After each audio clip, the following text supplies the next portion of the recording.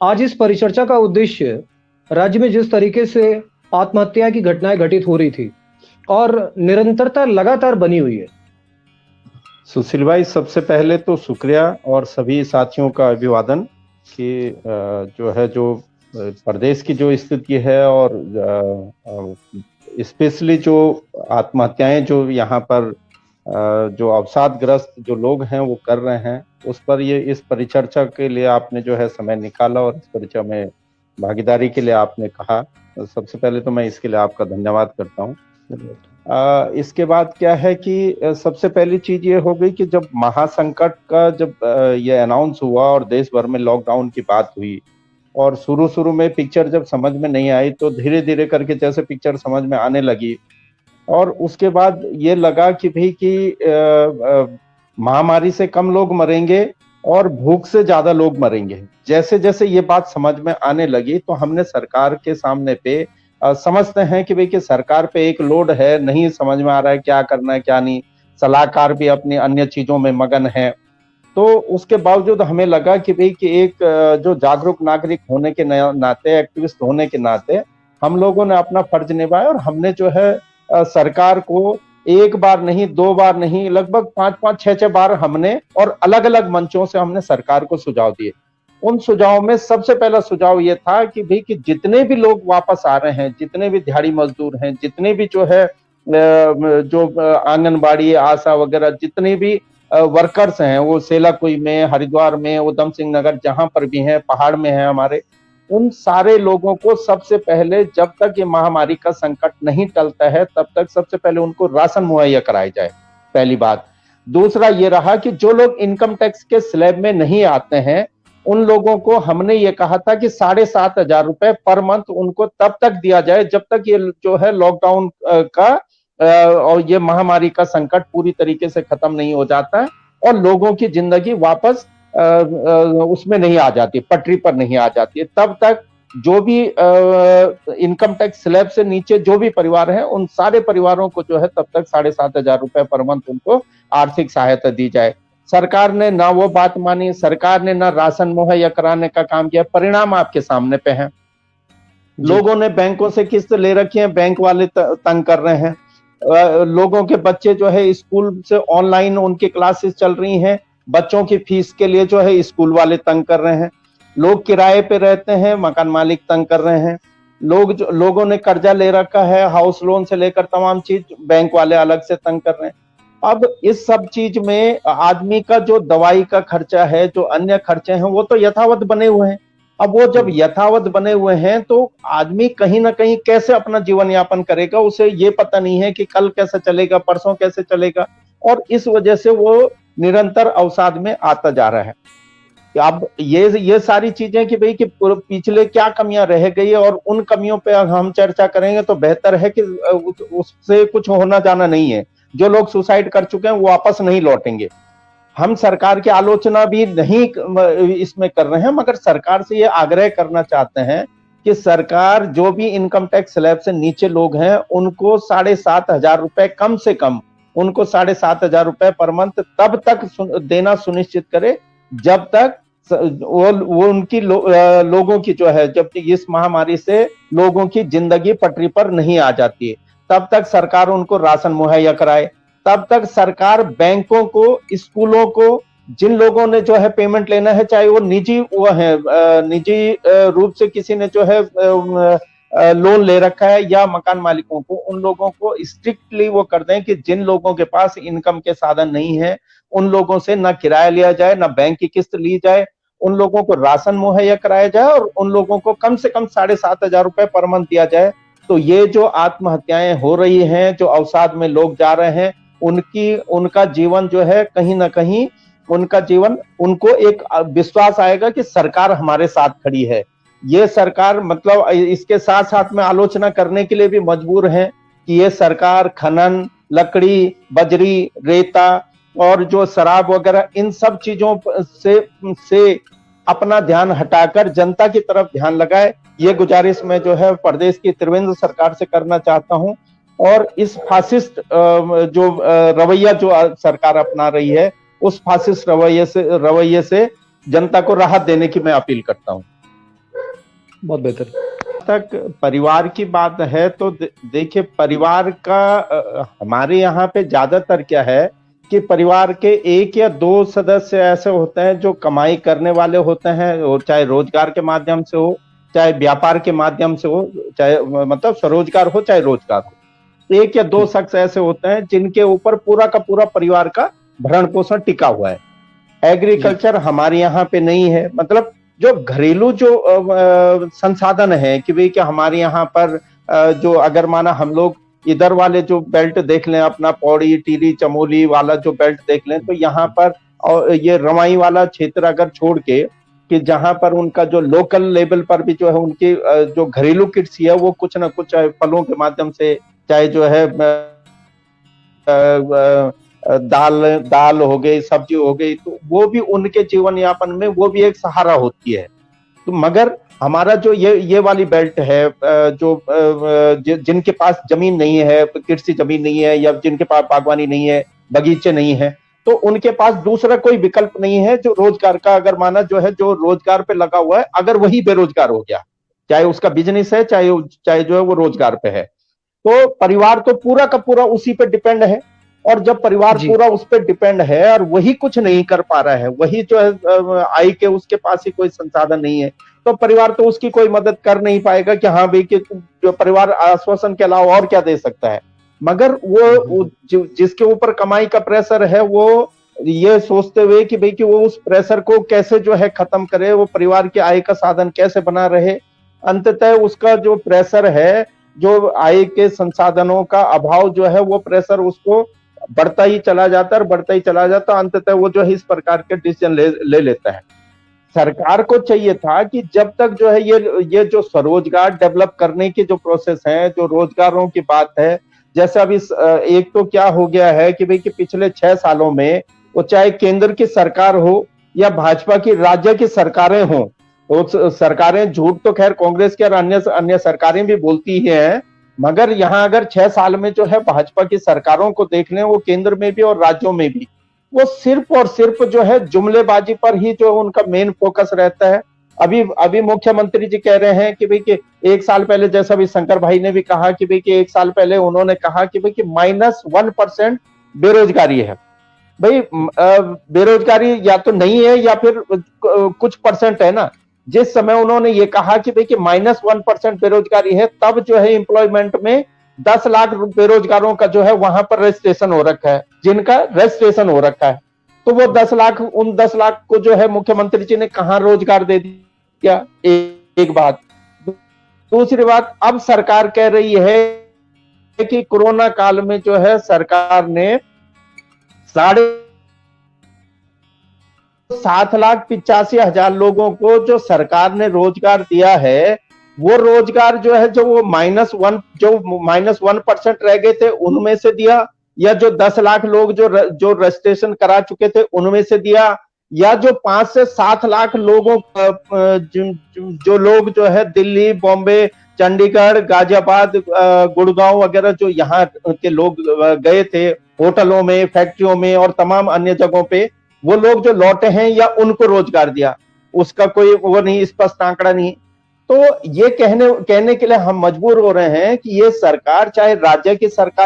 Double engine सरकार हो या केंद्र की मोदी सरकार हो, संसद से लेकर विधानसभा तक, मतलब वो गरिमाएं भी तोड़ दी हैं कि वहां संसद और विधानसभाओं में तक जो है सवालों के झूठे जो है वहां पे जो आंकड़े पेश कर रहे हैं। तो इन सरकारों से और क्या अपेक्षा कर सकते हैं। इन सरकारों को फिर भी हम ये कहें कि इन्हें सद्बुद्धि आए, ये सरकारें सोचें कि भाई कि जो है जो जिस प्रकार से यहाँ पर स्थितियां बनी हुई हैं, मैं पुनः अपनी बात को दोहराऊंगा कि भाई कि जब तक स्वरोजगार का कोई सिस्टम बनता है, जब तक जो है कोई रोजगार का कोई सिस्टम बनता है, कृषि, बागवानी और अन्य जो वो है लोकल प्रोसेसिंग यूनिट है, हाँ जी, तो मैं ये कहूंगा कि ये जो सरकार है अभी भी इस सब चीजों को देखते हुए, ये सरकार जो है तमाम खनन, शराब वगैरह इन सब चीजों से ध्यान हटाकर प्रदेश की जो 1.25 करोड़ की जनसंख्या है जो अवसाद में जा रही है, बेरोजगार जो लोग हो रहे हैं, जो सरकारी कर्मचारी है या जो जिसका अपना ठीक ठाक बिजनेस है, उसके लिए ज्यादा दिक्कत नहीं है। मगर जो जो है 10-15 हजार रुपए जो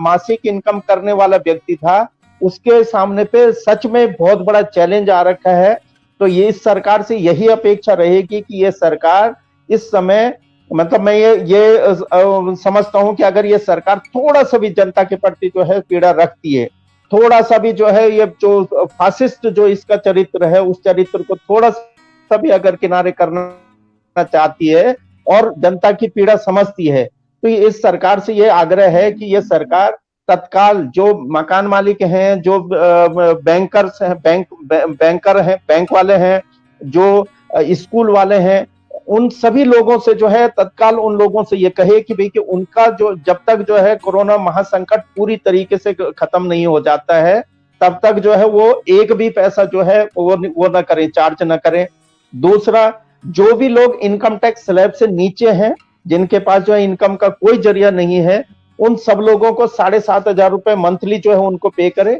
और राशन जो है तमाम जो मजदूर हैं, श्रमिक हैं, जो भी लोग हैं, उनके पास, क्योंकि सरकार के पास अकूत राशन भरा पड़ा है, अगर सरकार इसको जो है मतलब अपने गोदामों में सड़ाने के बजाय लोगों को बांटना शुरू करे और अपने उन लोगों पर भी लगाम लगाए कि सरकार के पदाधिकारी जो उसमें सरकार और संगठन के जो भाजपा संगठन के हैं, वही लोग जो जब चोरी में शामिल हो जाते हैं तो जनता को वो कहाँ मिलेगा। वो अल्मोड़ा वाला आपके सामने पे है कि भाई कि वो राशन का पूरा ट्रक ही जो है वहां जो है उन्होंने सप्लाई कर दिया। उधम सिंह नगर में वही हाल है, राशन की दुकानों पर जो है मॉनिटरिंग का कोई सिस्टम नहीं है। तो इन सब चीजों पे है कि चोरी पर नकेल लगाए और इन लोगों को जो है राहत पहुंचाने का काम करे। ऐसी सद्बुद्धि जो है सरकार को मिले, उनके जो है जो मंत्री संतरी हैं, जो विधायक हैं, जो उनके प्रधान हैं, जिला पंचायत हैं, क्षेत्र पंचायत हैं, उन तमाम लोगों को जो है इस समय वो संवेदना उनके अंदर लौटे और वो इस जो पीड़ा की जो ये घड़ी है इसको समझे। अन्यथा अगर ये अवसाद ज्यादा बढ़ेगा तो ऐसे लोगों के लिए फिर जो है मार दूसरी भी पड़ेगी, ये उन लोगों को समझना चाहिए। आत्महत्याओं के ऊपर अंकुश लगाने के लिए जैसी परिस्थिति वर्तमान में अभी बनी हुई है, इसके रिगार्डिंग समाधान में आप क्या कहेंगे भार्गव जी? सुशील भाई, सबसे पहली चीज है कि समाधान क्योंकि आपके और हमारे हाथ में होता तो हम लोग सरकार से पूछते भी नहीं और हम लोग समाधान के लिए निकल पड़ते ना। तो हमारे पास ऐसे संसाधन है कि भाई कि हम जो है इतने लोगों के लिए कोई वो करें, 1 आध 2 4 लोगों का तो ये हो सकता है कि भाई कि चलो महीने 2 महीने 5 महीने का हम लोग जो है व्यवस्था जुटा सकते हैं। मगर बात 1.25 करोड़ की जनसंख्या की है और 1.25 करोड़ की जनसंख्या की जिम्मेदारी सरकार की है। और सरकार की इसलिए है क्योंकि ये 1.25 करोड़ की जनसंख्या जो है टैक्स देती है। सरकार ने कोई अपने बाप दादाओं की जो है कमाई से नहीं, उन्होंने जो है इन लोगों को राहत देनी है। वो वेतन लेते हैं, वो इस समय जो 3 लाख रुपए वेतन लेने वाला जो वो है लोक सेवक है या विधायक है, वो इस समय अगर 15,000 रुपए वेतन लेगा तो उसका काम चल जाएगा। मगर उसको जो है उसके अंदर इतनी संवेदना हो तो सही, जो यहाँ पर जो मतलब एक आदमी जो 40-40 लाख रुपए की गाड़ियां घुमा रहा है जगह जगह जो है पूरे उसमें, उसके लिए जो है 10-10 12-12 वर्कर उसमें लगे हुए हैं, वो आउटपुट क्या दे रहे हैं? मतलब आप देखिए ना कि आउटपुट क्या मिल रहा है आपको। जैसे अभी जो शंकर भाई ने कहा कि ऑल वेदर रोड के नाम पे आपने पूरे हिमालय का जितना भी मतलब क्षेत्र जो है उत्तराखंड में पड़ता था, जहां जहां 4 धाम यात्रा जानी थी, वहां आपने पूरा का पूरा जो पारिस्थितिकी है उसको नेस्त नाबूद कर दिया है। पूरे के पूरे जंगल आपने जो ऊपर से लेकर नीचे तक वो उसका जो रोड कटिंग का मलबा है वो नदियों में डालकर आपने पूरी की पूरी जो व्यवस्था वो है पारिस्थितिकी है उसको पूरा ध्वस्त कर दिया है।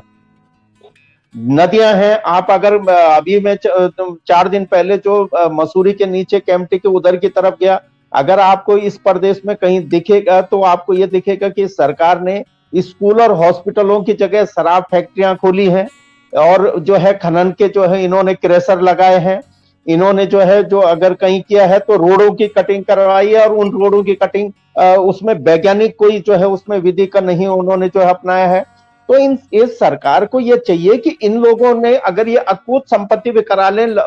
जो भी जो है नंगई पे उतर के जो है जितनी भी अकूत संपत्ति कर लें, रहना इन्होंने भी तो यही है। इन्होंने किसी नए ग्रह में नहीं जाना है, रहना इन्होंने भी धरती है। अगर ये धरती ही नहीं बचेगी, इसका पर्यावरण ही नहीं बचेगा, तो उस संपत्ति को छाती में रखकर जो है वो करेंगे, नाचेंगे ये क्या? तो इनको चाहिए कि सबसे पहले ये सोचें कि भाई कि यहाँ की परिस्थिति की बची रहे। और अभी जैसे आपने कहा कि भाई कि पर्यटन और जो तीर्थाटन है, अब मैं तो इस उसमें जो है हमेशा जब भी आपसे संवाद होता है, मैं हमेशा आपसे इस बात को कहता हूँ कि अभी मैं जैसे जो मसूरी और नीचे जो धनौल्टी वगैरह, वहां किसी का साबुन का उद्योग है, जबर सिंह भाई हैं, हमारे मित्र हैं, उनका साबुन का था, उनका जो है क्या नाम, जो छोटे छोटे उनके डेकोरम के लिए वो बनाते थे प्रोडक्ट वगैरह, उनका होटल का था, वो सारा का सारा कारोबार ध्वस्त हो गया, क्योंकि वो सारा का सारा पर्यटन से जुड़ा हुआ था। अगर कोई जो है, अगर हम पर्यटन पे डिपेंड रहेंगे तो पर्यटन कोई जो है सस्टेनेबल डेवलपमेंट नहीं है। पर्यटन के लिए तो क्या रहेगा कि जहां जहां पर्यटन बढ़ेगा वहां वहां कंक्रीट के जंगल बढ़ेंगे, और कंक्रीट का जंगल जितना बढ़ेगा आपकी पारिस्थितिकी उतनी ध्वस्त होती चली जाएगी। आपके जो है नदी नौले वगैरह वो उतने जो है विलुप्त होते चले जाएंगे। तो हमें चाहिए कि हम जो है सीमित रूप में जो है पर्यटन का भी रखें, और जो मेन फोकस है वो फोकस हम जो है बागवानी पे दें, कृषि पे दें, जो है जो माल्टा तमाम जो